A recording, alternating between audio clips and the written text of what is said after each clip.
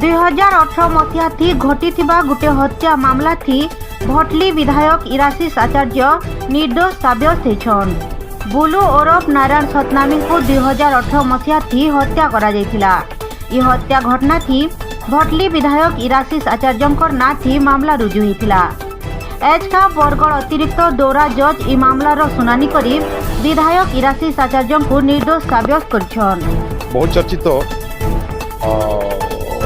Bhatli blue alias Narayan Satnami मृत्युर मामला शुणाणी चलता। ए भटली विधायक इराशीष आचार्य समेत आउ 3 जन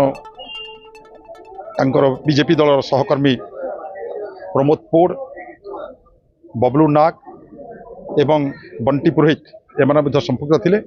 समस्त साक्ष्य मानकर बयान रेकर्ड कर सारा पर माननीय अतिरिक्त जिला सेशंस जज आज समस्त निर्दोष खलास कर।